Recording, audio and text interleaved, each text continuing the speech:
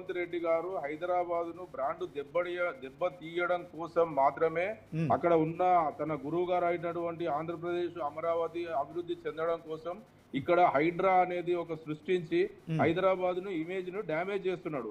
ఎందుకంటే మనం ఎన్నోసార్లు గతంలో కూడా మాట్లాడుకున్నాం, ఆయన అక్రమ చెరువులను అక్రమ కట్టడాలను కూల్చివేయడంలో ఎవరు అభ్యంతరం లేదు.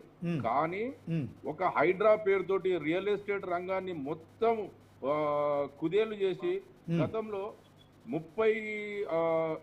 రోజుకు 30 రిజిస్ట్రేషన్లు జరిగితే ఈ రోజు నెలకు 30 రిజిస్ట్రేషన్లు కూడా జరుగుతలేవు.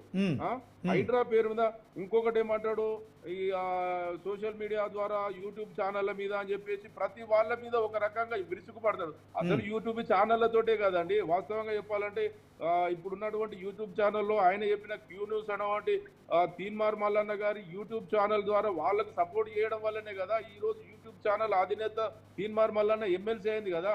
మా పార్టీలో ఏ యూట్యూబ్ ఛానల్ అధినేత ఎమ్మెల్సీ గాలే పదవులు తీసుకోలేదు.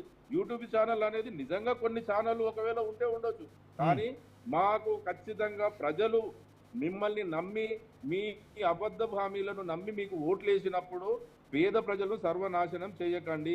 గ్రామీణ ప్రాంతాల్లో కూడా ఇప్పటి కూడా 10 నెలల నుంచి నిధులు లేకుండా చాలా ఇబ్బందులు పడుతున్నారు. గ్రామ పంచాయతీ కార్యదర్శులు కూడా అప్పులు తెచ్చి పెడుతున్నారు. ఒక్క పైసా కూడా గ్రామ పంచాయతీలకు నిధులు ఇవ్వడం లేదు. మరి గతంలో కూడా పల్లె వెలుగు అని చెప్పేసి చెక్ డ్యాంలు అని చెప్పేసి